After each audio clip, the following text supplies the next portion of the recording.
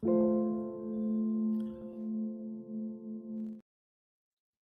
everybody. Bonjour à tous.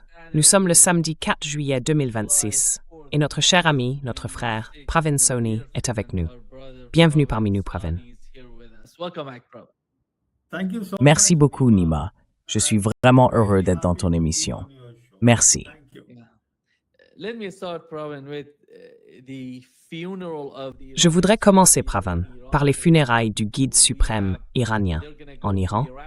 Ils vont passer par l'Irak et finalement, il sera enterré dans la ville de Mashhad, l'une des grandes villes du pays. C'est une ville religieuse. Mais ce qui m'a vraiment paru étrange, c'est que les États-Unis essaient, apparemment le 26 juin, de convaincre les autres pays de ne pas y aller. Franchement, qu'est-ce que c'est que ça? Quand on regarde le comportement de cette administration, c'est tellement puéril. Je ne comprends pas ce genre d'attitude. Et quand ça se voit, ça montre à quel point c'est enfantin. Comment interprétez-vous ce genre de comportement de la part de l'administration Trump? What do you make of this sort of behavior on the part of the Trump administration? Nima, actually, this is a very good starting question. Tu vois, Nima, en fait, c'est une très bonne question de départ. Ce qui s'est passé, c'est que l'Amérique a perdu cette guerre, et elle le sait. Elle sait aussi que parce qu'elle a perdu la guerre, la preuve même de cette défaite, c'est le protocole d'accord. Parce que ce protocole est clairement en faveur des exigences iraniennes. Et c'est ce même protocole que le président Trump a lui-même signé. Donc tout ça est écrit noir sur blanc. Sur le terrain, ce qui s'est passé, c'est qu'elle a perdu, parce qu'en perdant la guerre, elle a aussi perdu sa sphère d'influence. Et comme c'est une puissance hégémonique, cette sphère d'influence s'est rétrécie. Le problème, c'est que cette situation, c'est un moment solennel. That this occasion is a solemn occasion. The funeral of the supreme leader. Vous savez, les funérailles du guide suprême Ali Khamenei. Mais en même temps, c'est aussi une occasion de voir comment les pays du Sud global réagissent, parce que les Iraniens leur ont envoyé beaucoup d'invitations. Et d'après ce que je vois dans les rapports, il y aurait près d'100 de pays, principalement du Sud global, qui envoient une forme de représentation. On sait qu'il y a 193 pays dans le monde aujourd'hui. Donc c'est quand même beaucoup. Cela veut dire qu'une grande partie des pays du Sud global comprend bien les implications.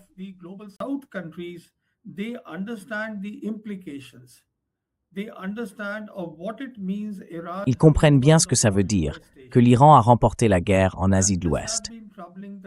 Et ça, c'est quelque chose qui inquiète l'administration Trump, parce que leur zone d'influence dans la région s'est rétrécie. Si je peux ajouter un point ici, c'est justement à cause de ce recul que l'importance du Pakistan a fortement augmenté. Et le lien entre les deux, c'est que le Pakistan, comme on le sait, est le seul pays qui, non seulement n'appartient pas directement à la région, mais qui entretient de bonnes relations avec les trois grandes puissances du monde multipolaire. Il a de bonnes relations avec les États-Unis, avec la Chine et avec la Russie.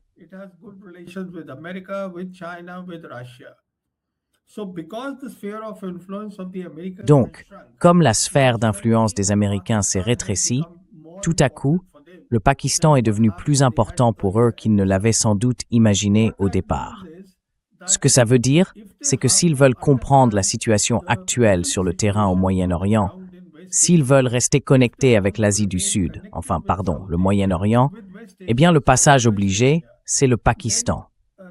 Et le Pakistan, on l'a bien vu, est devenu tellement audacieux que malgré ce que vous disiez, le 4 juillet, les Américains ont envoyé, disons, une sorte de démarche informelle, ou peu importe comment on l'appelle, demandant au pays de ne pas assister aux funérailles.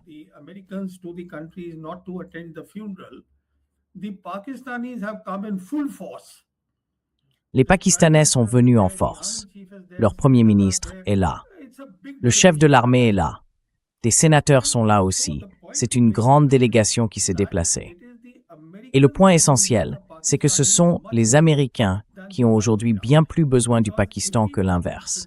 Parce que, si on parle en termes stratégiques, il ne fait aucun doute qu'au Moyen-Orient, même si la guerre a été gagnée par l'Iran, le Pakistan est devenu un acteur géopolitique majeur pour les États-Unis, dont la zone d'influence s'est rétrécie.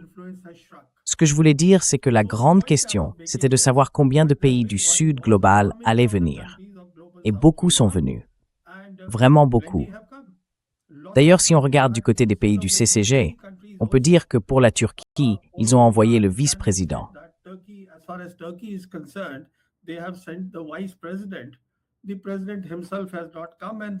Le président lui-même n'est pas venu, et c'est compréhensible, vu son caractère, vu la personne qu'il est. Et puis, les 6 et 7 juillet, il y aura un sommet de l'OTAN à Ankara. Donc pour toutes ces raisons, on peut comprendre. Mais les Saoudiens, si les informations sont exactes, il paraît qu'ils n'ont même pas été invités. Quoi qu'il en soit, une délégation est venue, si j'ai bien compris, le vice-ministre des Affaires étrangères, avec une petite équipe.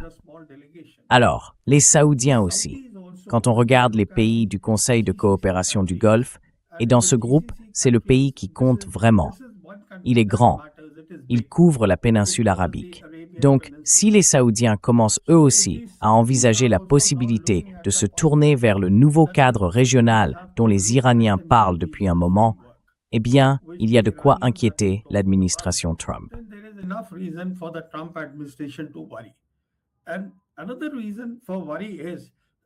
Et une autre raison de s'inquiéter, c'est que Trump, même s'il a signé le protocole d'accord, il y a suffisamment de preuves montrant qu'il n'a aucune intention d'aller jusqu'à la date finale.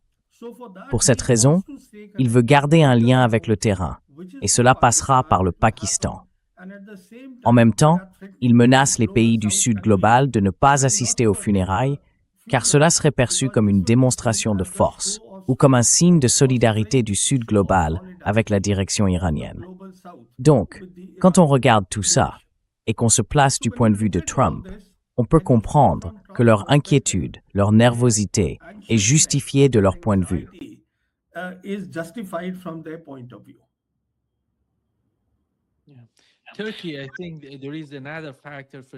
La Turquie, je pense qu'il y a un autre facteur à prendre en compte. En ce moment, elle essaie d'acheter de nouveaux moteurs aux États-Unis, des moteurs de F-35. Et il y a une sorte de tension entre l'administration Trump et le Congrès. Du coup, Ankara essaie de se rapprocher de l'administration Trump.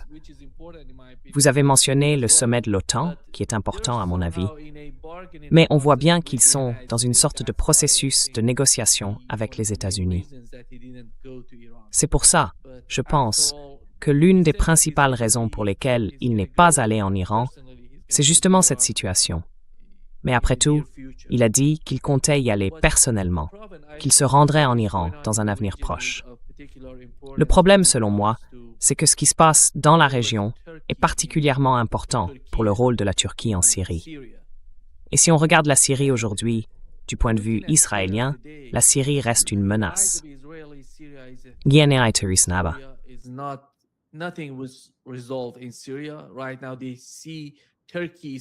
En ce moment, ils voient la Turquie comme une puissance énorme là-bas. En gros, elle a beaucoup d'influence sur Jolani et sur Al-Sharif. Peu importe qui est ce type, le chef, tu sais, de la Syrie. D'un côté, ils voient la Turquie et les frères musulmans. De l'autre, ils voient l'Iran et l'axe de la résistance. Donc en réalité, ils ont doublé les problèmes dans la région. Avant la chute de Bachar al-Assad, tout tournait autour de l'axe de la résistance. Et maintenant, ils parlent de 2 camps qui nous attaquent ou qui se préparent à le faire. Ils essayent de suivre, tu vois, l'agenda israélien, qui consiste essentiellement à occuper, puis à occuper encore, toujours plus. C'est ça, le problème avec la Turquie, à mon avis. Mais quand on parle de la Syrie et de la manière dont les États-Unis forcent la Syrie à être impliquée dans le conflit au Liban, comment vois-tu le rôle de la Turquie là-dedans?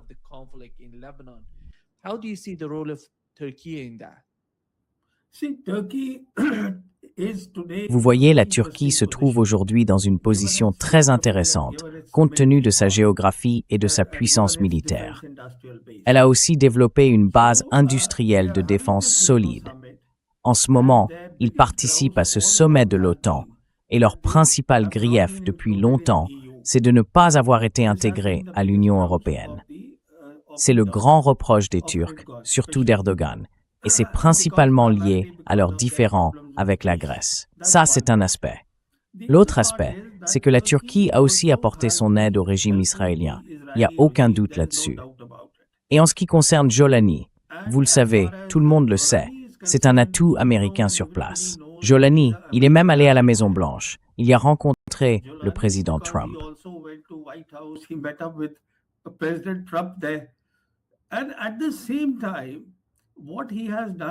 Et en même temps, ce qu'il a fait, c'est qu'il est devenu un pays central. Vous savez, quand on regarde ce qu'on appelle maintenant le nouveau cadre régional, ce qui est en train d'émerger, on parle du Quad d'Asie de l'Ouest. Là, on retrouve la Turquie, l'Égypte, l'Arabie saoudite et le Pakistan. Donc, la Turquie est aussi un élément important dans cet ensemble. À mon avis, la Turquie cherche à obtenir la meilleure position possible, peu importe de quel côté elle la trouve. Parce que la Turquie, et Erdogan en particulier, n'ont aucune affinité avec Netanyahou. Selon moi, il cherche simplement à renforcer sa propre position.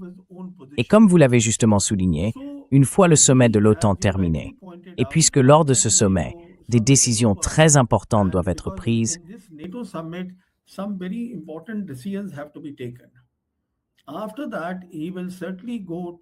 après ça, il ira certainement en Iran. À mon avis, il veut s'inscrire dans le cadre régional qui est en train de se mettre en place, parce que c'est là qu'il a beaucoup à y gagner, plutôt que de s'aligner sur un pays ou sur l'OTAN. Parce que l'OTAN aujourd'hui ne cherche qu'à survivre. En fait, quand on regarde l'OTAN à 32 pays, ça paraît impressionnant, ça donne l'image d'une grande alliance solide avec beaucoup de nouveaux membres. Mais le problème, c'est qu'en réalité, ils ont surtout accru leur propre vulnérabilité. Et ce sommet de l'OTAN, c'est essentiellement un sommet où l'OTAN elle-même, les pays d'Europe occidentale, cherche à voir comment maintenir l'alliance en vie, comment faire en sorte qu'elle continue d'exister, parce qu'ils sont farouchement opposés à un cadre de sécurité collective avec la Russie. Ils n'en veulent tout simplement pas.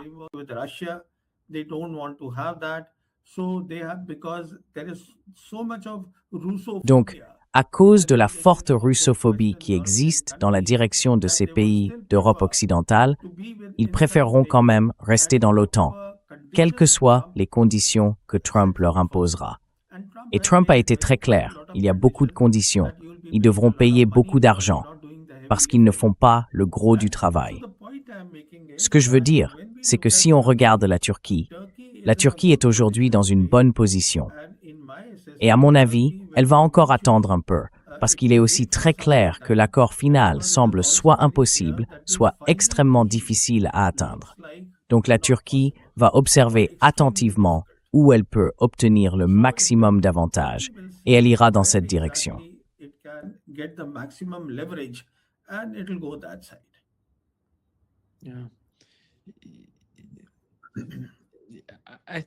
Je me demande, est-ce que tu vois une quelconque ressemblance entre la Turquie et l'Inde?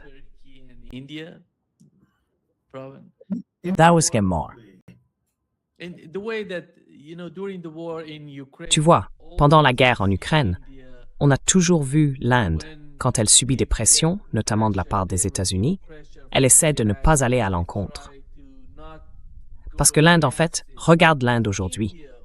Elle recevait du pétrole et du gaz d'Iran, puis les sanctions contre l'Iran sont arrivées, et elle a décidé d'arrêter d'en acheter. Ensuite, la Russie est devenue la principale source d'énergie de l'Inde. Puis la guerre en Ukraine a éclaté, et ils ont essayé, d'une certaine manière, ils n'ont jamais affronté directement les États-Unis. Et de la même façon, je vois la Turquie agir dans la région.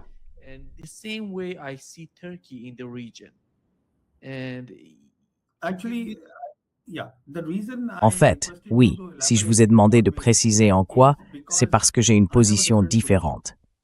Selon moi, en ce qui concerne la Turquie aujourd'hui, sous sa direction actuelle, la Turquie a beaucoup d'options.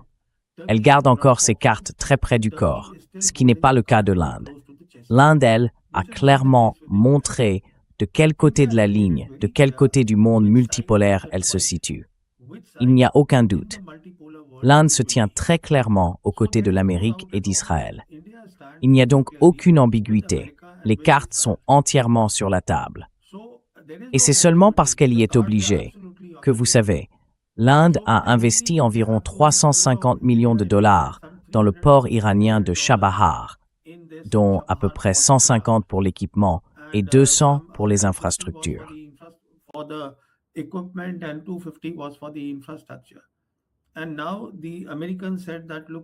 Et là, les Américains ont dit, écoutez, vous ne pouvez rien faire. Vous ne devez rien avoir à faire avec l'Iran, ni avec le port de Chabahar. Alors les Indiens se sont tus. Et la même histoire s'est répétée avec les Russes. Parce que à chaque fois que l'Inde achète du pétrole à la Russie, eh bien, il faut, d'une manière ou d'une autre, obtenir une sorte d'autorisation des Américains. Ce qui est vraiment regrettable. Ce sont les Américains qui, publiquement, enfin, ils auraient très bien pu en parler discrètement avec les Indiens. Mais non, ils le font de façon très publique. Comme si l'Inde, un pays d'1,5 milliard d'habitants, était en réalité leur État vassal. C'est comme ça qu'ils traitent l'Inde. Donc moi, je vois beaucoup de différences entre les deux, entre la Turquie et l'Inde.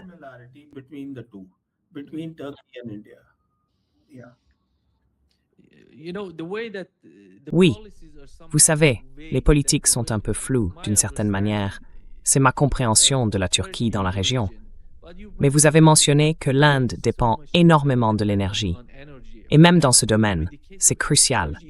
Je ne vois pas comment ils peuvent suivre les règles américaines alors qu'ils dépendent de la Russie, qu'ils dépendent de l'énergie. C'est le moteur. Si on prend la Chine, par exemple. Imaginez la Chine aujourd'hui, sans l'énergie qui vient de Russie ou d'autres pays. Que serait la Chine? C'est essentiel. Ça fait partie de leur sécurité. C'est pour ça qu'ils entretiennent les meilleures relations avec l'Iran et la Russie, par exemple. Et on ne voit pas ce genre de stratégie du côté de l'Inde. You don't see that sort of a strategy on the part of India. They're part of the global south. À mon avis, ils font partie du Sud global, à tout point de vue. Mais ils ne veulent pas en faire partie. Ils veulent se rapprocher des États-Unis. Pour moi, ça n'a pas de sens. Et pour l'avenir de l'Inde, parce que vous savez, l'Inde, telle que je la comprends, a beaucoup souffert sous le colonialisme, sous l'Empire britannique. Cette époque est révolue. Ces jours-là sont derrière nous. Et aujourd'hui, le gouvernement indien, le peuple indien, comprennent très bien ce qui se passe dans le monde actuel. Ce sont des gens extrêmement intelligents, très sérieux, dont je parle, et je ne comprends pas leur position, ni cette sorte de rapprochement avec les États-Unis. Qu'en pensez-vous?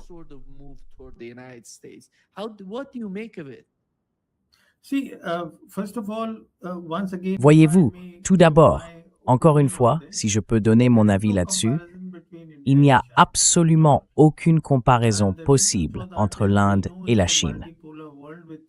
Et la raison, c'est que nous savons que nous vivons dans un monde multipolaire avec 3 grandes puissances, et la Chine en fait partie, ce qui n'est pas le cas de l'Inde. Et j'ai déjà eu l'occasion de le dire plusieurs fois, permettez-moi de le répéter, peut-être pour vos téléspectateurs.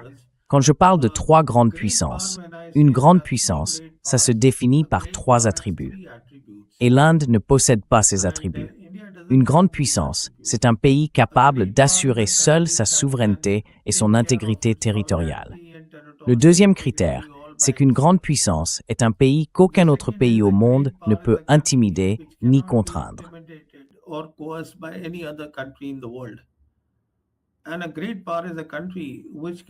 Une grande puissance, c'est un pays capable d'influencer ou d'impacter des événements n'importe où dans le monde. Donc la Chine, elle, est dans une catégorie complètement différente. En plus, il faut le dire, les Chinois sont très intelligents, très compétents. Et vu à quel point leur dépendance au pétrole était élevée, ils se sont tournés vers les énergies renouvelables. C'est une question de détail, bien sûr, mais on peut continuer à discuter de la façon dont ils ont agi intelligemment, et aussi des réserves de pétrole qu'ils possèdent. Et puis, ils ont la Russie. Donc, ils n'ont pas besoin d'écouter quoi que ce soit venant des Américains, ce qui n'est pas le cas de l'Inde.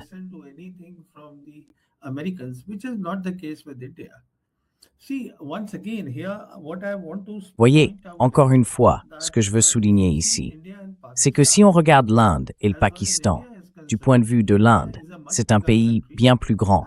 avec un PIB d'environ 4 300 milliards de dollars. Mais le Pakistan, lui, ce qu'il a fait en Asie de l'Ouest, comme je l'ai déjà mentionné, donne l'impression qu'aujourd'hui, les Américains dépendent davantage du Pakistan que l'inverse.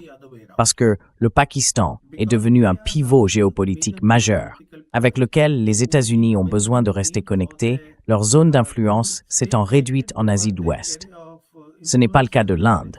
L'Inde, elle, a énormément de potentiel. Si aujourd'hui elle décide de se tenir aux côtés des pays du Sud global, comme vous l'avez justement souligné, l'Inde est un membre fondateur des BRICS et elle fait aussi partie du groupe ARIS, Russie, Inde, Chine. India is a member of RIC, Russia, India, China. India can be the voice along with as part L'Inde pourrait être la voix au sein du groupe RIC du Sud global. Elle pourrait être un partenaire très important, capable d'aider à son propre développement, tout en représentant la voix du Sud global. Mais l'Inde a choisi une politique étrangère tournée vers le Nord global et vers son leader, les États-Unis. C'est un choix que le gouvernement indien a fait, et ce n'est pas seulement une question d'énergie. L'Inde a signé énormément d'accords avec les Américains. Il s'agit d'équipements militaires, de technologies, des technologies de la 4e révolution industrielle. Tout a été signé avec les États-Unis. Donc c'est une orientation que l'Inde a décidé de suivre quand on voit tout ce dans quoi elle s'est engagée avec les Américains.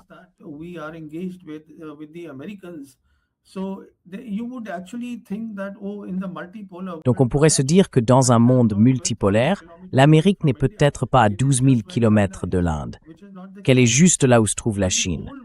Mais ce n'est pas le cas.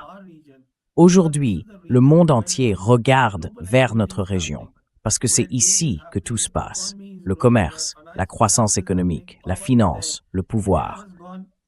L'Inde, elle, a choisi d'avancer et de s'allier avec les Américains. Donc on ne peut absolument pas comparer l'Inde et la Chine. Et dans ce contexte, il faut le reconnaître. C'est peut-être le Pakistan qui a accompli quelque chose d'exceptionnel. En tant que pays extérieur à l'Asie du Sud, il fait désormais partie intégrante de la région qu'on appelle aujourd'hui l'Asie de l'Ouest.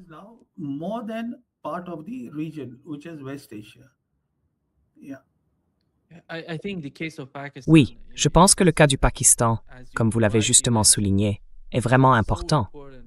Parce qu'après la chute d'Imran Khan, j'ai vraiment eu le sentiment qu'il se passait quelque chose de majeur au Pakistan. Mais avec le temps, il me semble que c'était plutôt une affaire interne, quelque chose qui venait de l'intérieur du pays et moins de l'extérieur.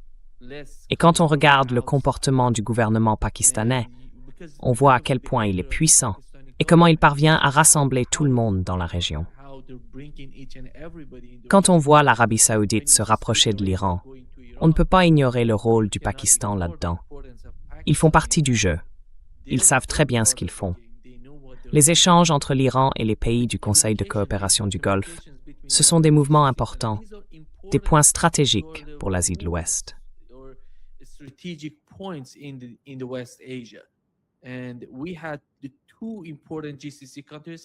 Et on a vu 2 pays très importants du Golfe, le Qatar et l'Arabie saoudite, participer aux funérailles. À mon avis, c'est un signal fort pour l'Occident, et ça montre à quel point l'Asie de l'Ouest est en train de se redéfinir. Mais on ne peut pas ignorer le rôle du Pakistan dans tout ça. Et je pense qu'on assiste à l'une des stratégies les plus audacieuses du Pakistan depuis des décennies. Alors, quand on parle du Pakistan, est-ce que vous pensez qu'ils vont réussir? Vous avez mentionné la Turquie, n'est-ce pas? La Turquie est essentielle pour tous ces pays ensemble, parce que si on enlève la Turquie de l'équation, il manque quelque chose en Asie de l'Ouest. Comment voyez-vous les capacités du gouvernement pakistanais, justement, dans sa relation avec la Turquie et dans la manière dont il communique avec le gouvernement turc?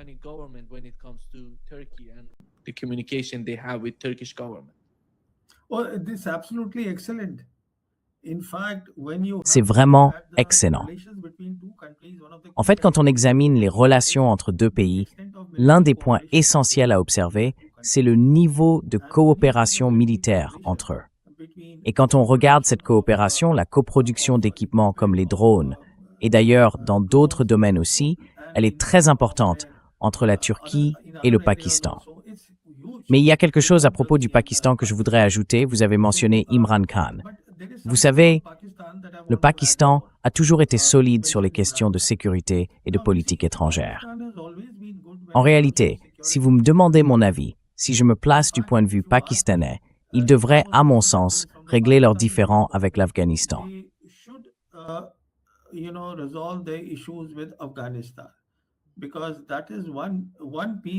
Parce que c'est un aspect de leur politique étrangère qu'ils doivent clarifier, de leur point de vue.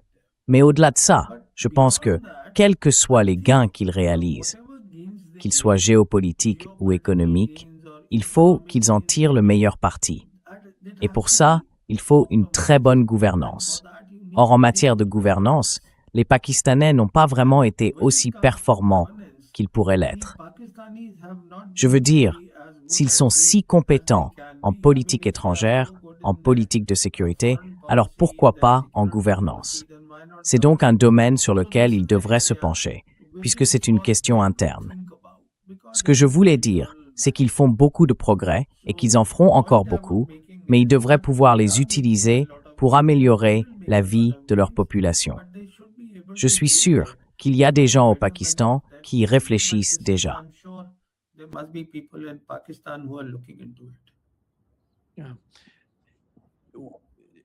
Oui. Dis-moi, Pravin, quand on parle de la guerre avec les États-Unis, il y a des rapports qui disent que les États-Unis enverraient des armes dans la région. D'un point de vue militaire, est-ce que tu penses que les États-Unis pourraient reprendre la guerre avant les élections de mi-mandat? Ou peut-être après? Et s'ils décidaient de le faire, quel serait le résultat, selon toi, qui serait différent de ce qu'on a vu jusqu'ici, dans la guerre directe entre l'Iran et les États-Unis?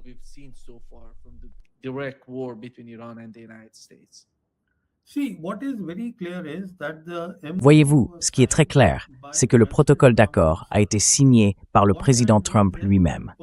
Cela veut dire que, personnellement, le président a pris la responsabilité de mener ce protocole jusqu'à l'accord final. Mais en cours de route, ce qui s'est passé, c'est que peut-être c'est l'establishment américain qui pèse maintenant sur le président Trump. Ou alors, le président Trump lui-même a le sentiment d'avoir trop concédé dans ce protocole. Du coup, il commence à douter de l'ensemble du processus. Et c'est pour ça que l'accord final semble aujourd'hui très très difficile à conclure. Et il y a plusieurs raisons pour lesquelles je dis que cela paraît difficile. Je vais vous donner quelques exemples.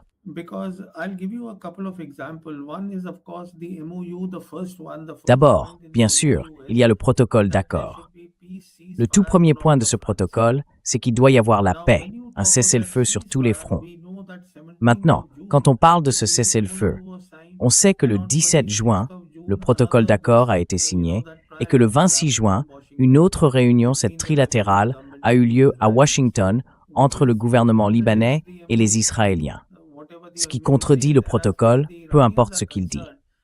Et pour ce qui est des Iraniens, je suis très clair, ils ne feront aucun compromis sur ce protocole parce qu'ils ont gagné la guerre. Et puis, en plus de tout ça, il faut aussi se rappeler que récemment, c'était le commandant du CENTCOM, le général Brad Cooper.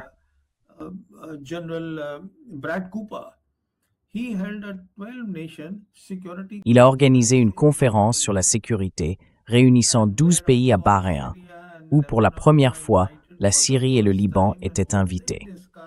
Ce qu'ils ont essentiellement discuté, c'est la mise en place d'un parapluie de sécurité pour le détroit d'Ormuz. Alors, la question qu'on peut se poser, c'est qu'en ajoutant cela, on touche à un autre point. Parce que si c'est bien de ça qu'ils parlent, on peut se demander s'ils ne vivent pas un peu dans leur propre bulle. Parce que, en ce qui concerne le détroit d'Ormuz et tout le passage maritime, il n'y a absolument aucune chance que les Iraniens fassent la moindre concession là-dessus, ni qu'ils laissent les Américains ou les Occidentaux s'en approcher.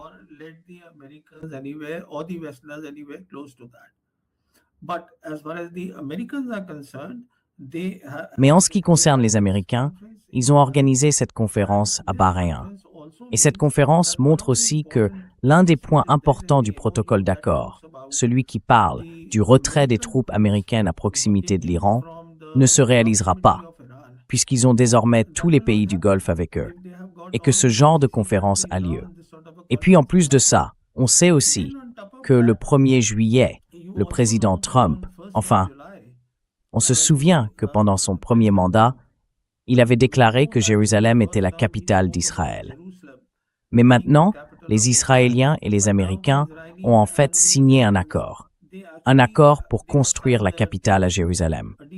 Ce qui veut dire qu'ils ne se soucient pas non plus de la cause palestinienne, ni des Palestiniens. Donc ce que je veux dire, c'est qu'il a signé le protocole d'accord, mais qu'aujourd'hui, il semble revenir en arrière. But now he seems to be retracting from that. Now, but coming to your important point. Mais, pour revenir à votre question importante, selon moi, ce qui va se passer, c'est qu'il y a des informations disant que du matériel est arrivé. Voyez, l'essentiel, c'est le matériel et les forces terrestres. Parce que pour ce qui est des avions, on peut les faire venir très vite. Ce n'est pas du tout un problème. On peut en avoir autant qu'on veut. Ce qui compte vraiment, ce sont les troupes au sol. Donc des troupes supplémentaires sont arrivées. Et elles sont arrivées dans certains pays du Golfe, comme peut-être le Koweït ou Bahreïn. Elles sont là-bas. Et puis d'autres équipements sont arrivés aussi, destinés essentiellement aux opérations terrestres. Alors voici le point clé que je veux souligner. Les Iraniens sont prêts. Et surtout, l'Iran a de nombreux objectifs et options militaires, alors que Trump, lui, n'en a aucune. And Trump has none. And the very fact that he signed this MOU, which is Et le simple fait qu'il ait signé ce protocole d'accord montre clairement de quel côté la guerre a été gagnée. Il ne l'a signé que parce qu'à ce moment-là, il savait très bien qu'il n'avait plus d'option militaire. C'est ça, la réalité. Donc revenir et refaire la même chose qu'ils ont déjà faite, lancer encore une campagne aérienne, ne fera qu'aggraver leur position.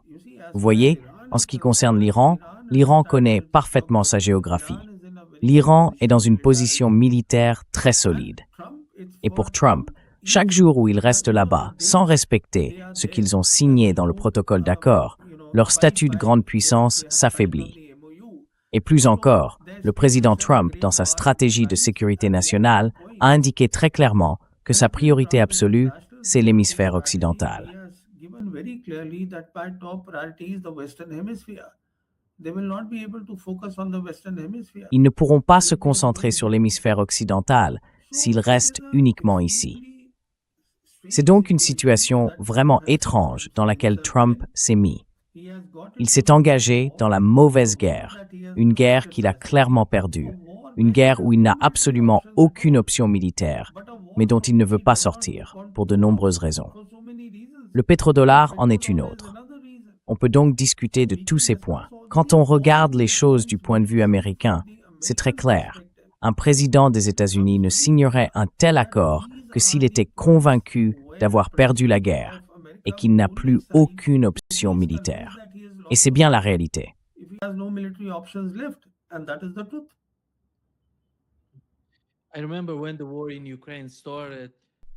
Je me souviens quand la guerre en Ukraine a commencé. Pour les États-Unis, ça n'a pas tellement changé les choses, parce que c'était une guerre par procuration pour eux. Mais pour les Européens, ça a frappé leur économie de plein fouet.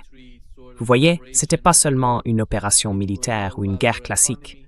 Tout tournait autour de leur économie. C'était une guerre économique pour l'Europe.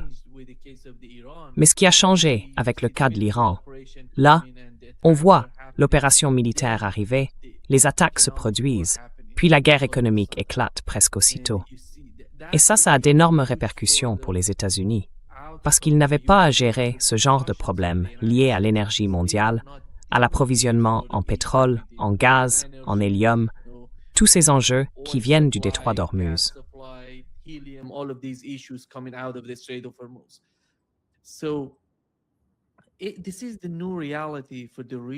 C'est la nouvelle réalité pour la région, pour la guerre, les deux guerres, en Ukraine et en Asie de l'Ouest. À votre avis, avec ces projets, je pense que quand on regarde les résultats de ces deux conflits, on comprend l'importance de ces initiatives du Sud global. L'une d'elles, c'est le corridor Nord-Sud qui relie la Russie à l'Inde. L'autre, c'est l'initiative des nouvelles routes de la soie, Comment voyez-vous le rôle du Pakistan là-dedans et celui de l'Inde? Parce que l'Inde fait partie du corridor nord-sud. Je ne sais pas si les États-Unis disent non à l'Inde. Est-ce que l'Inde va plier? Est-ce qu'elle va accepter la position américaine?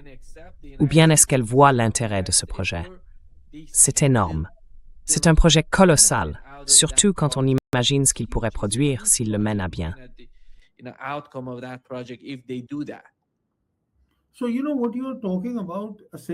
En fait, ce dont vous parlez, c'est essentiellement du continent eurasiatique, sans l'Europe de l'Ouest. Et c'est là qu'on trouve ce qu'on appelle le corridor nord-sud. C'est aussi là que le président Poutine parle aujourd'hui d'une architecture de sécurité eurasiatique et d'un partenariat eurasiatique élargi. Et c'est également là que se concentre une grande partie de l'initiative des nouvelles routes de la soie. Même si cette initiative est un projet mondial, on sait bien qu'elle s'adresse avant tout au Sud global, à l'ensemble du Sud global. Mais une partie très sensible de ces routes de la soie se situe sur le continent eurasiatique. Et c'est logique, puisque lors de son lancement en 2013, la composante terrestre a été annoncée par le président Xi Jinping depuis le Kazakhstan, tandis que la route maritime de la soie a été lancée depuis l'Indonésie.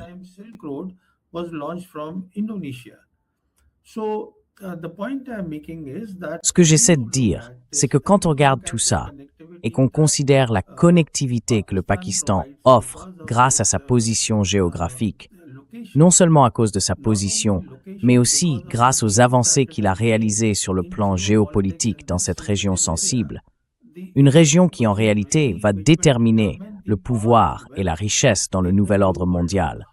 Eh bien, les progrès du Pakistan sont énormes, vraiment exceptionnels. C'est pour ça que j'ai dit que le seul élément qui leur manque encore, c'est l'Afghanistan. Et bien sûr, l'autre problème qu'ils doivent régler, c'est celui du Baloutchistan.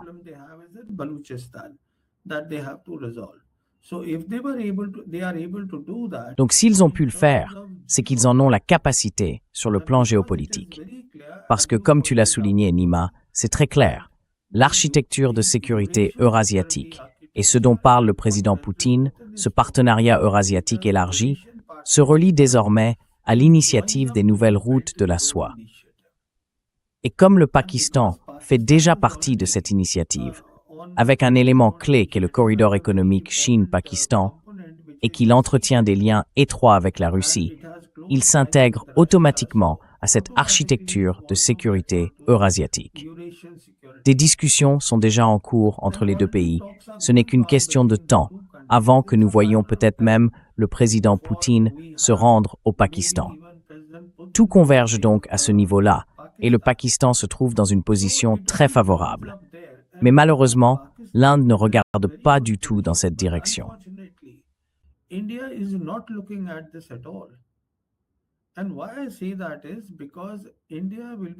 Et si je dis ça, c'est parce que l'Inde suit ce que les Américains lui disent de faire.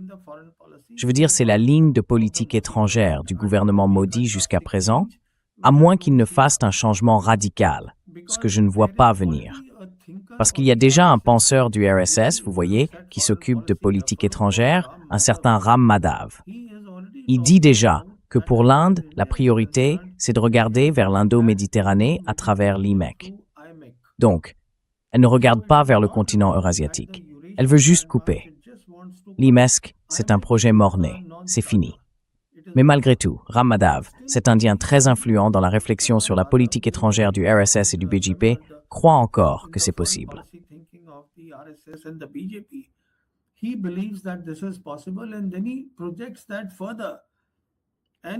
Et puis, il va encore plus loin. Il parle même de la possibilité à l'avenir d'un cadre de partenariat indo-atlantique. Maintenant, ce que ce cadre ferait exactement, j'en ai aucune idée. Je me demandais, mais où est-ce que tout ça mènerait, au juste? Il n'a absolument pas mentionné, en tout cas à ce que j'ai entendu, le corridor nord-sud, ni la route de la soie du Nord, qui sont pourtant devenus très importants. Parce que, encore une fois, sur la route de la soie du Nord, les Chinois sont présents. La route de la soie polaire se mêle à la route de la soie du Nord.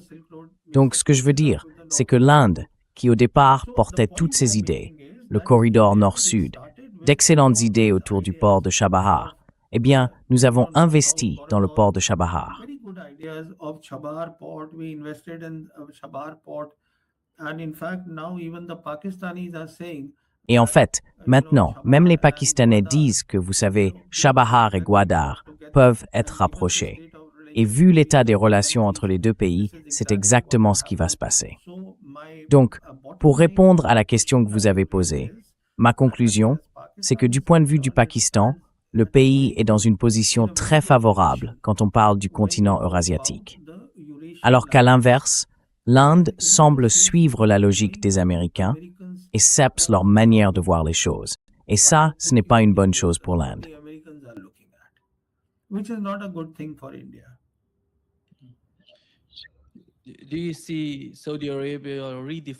Est-ce que vous voyez l'Arabie saoudite se redéfinir au sein des BRICS?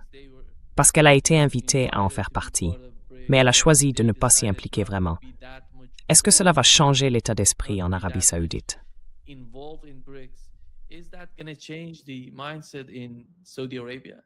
Yes, my answer is yes. Very straight Oui, answer. ma réponse est oui, très clairement. They understand Parce qu'ils comprennent très bien que la chose la plus importante pour eux, c'est leur vision 2030.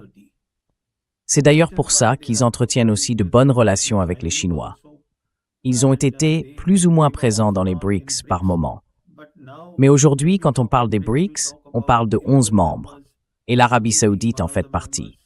On ne parle plus d'un membre occasionnel.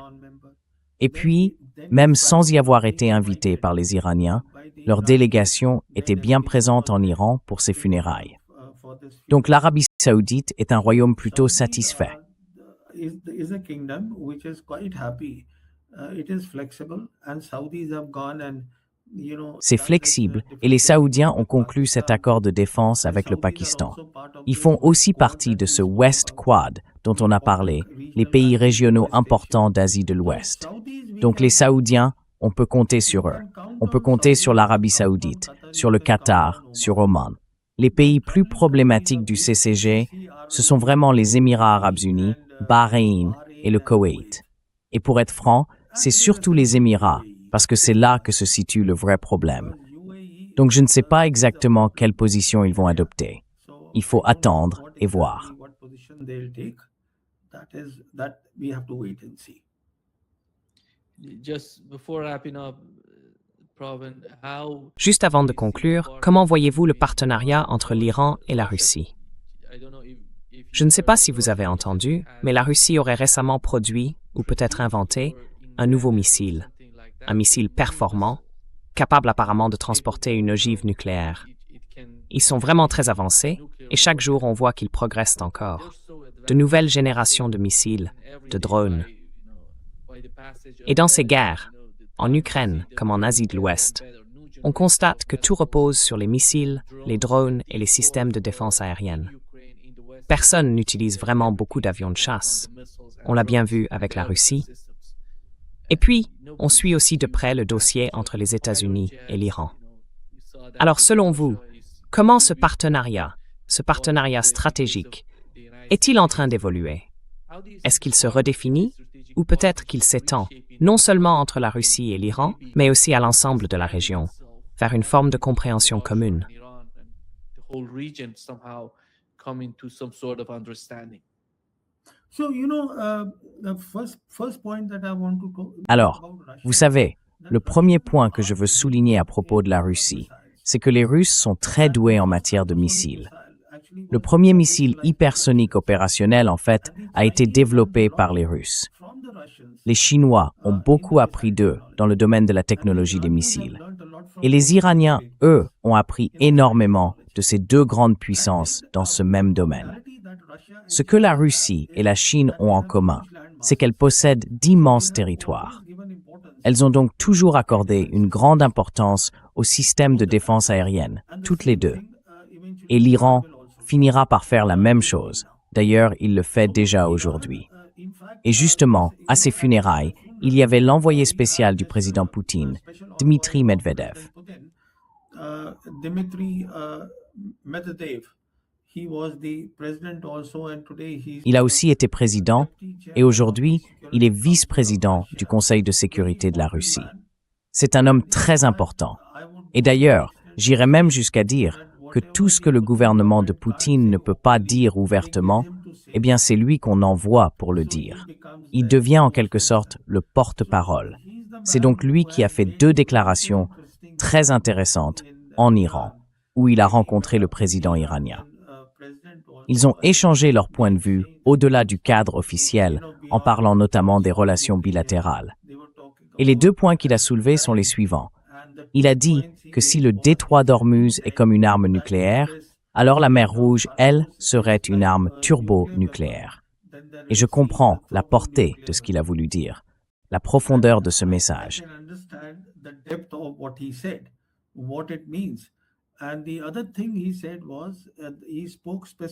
Et l'autre chose qu'il a dite, c'est qu'il a parlé spécifiquement de l'Iran, de la Russie et de la Chine.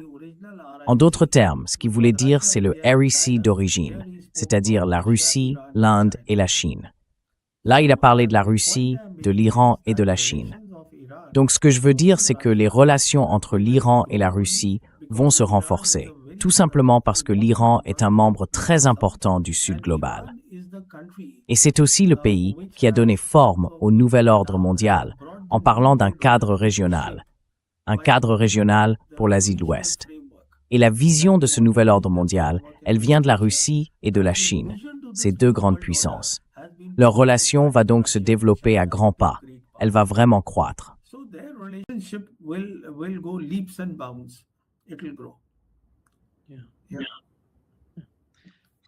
Merci beaucoup, Pravan, d'être avec nous aujourd'hui. C'est toujours un vrai plaisir.